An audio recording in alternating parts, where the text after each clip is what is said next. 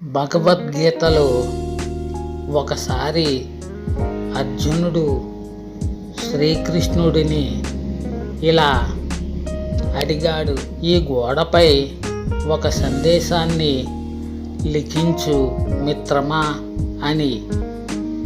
అది ఎలా ఉండాలంటే, సంతోషంగా ఉన్నప్పుడు చదివితే దుఃఖం రావాలి, అలాగే దుఃఖంగా ఉన్నప్పుడు ఒకవేళ చదివితే సంతోషం కలగాలి అని.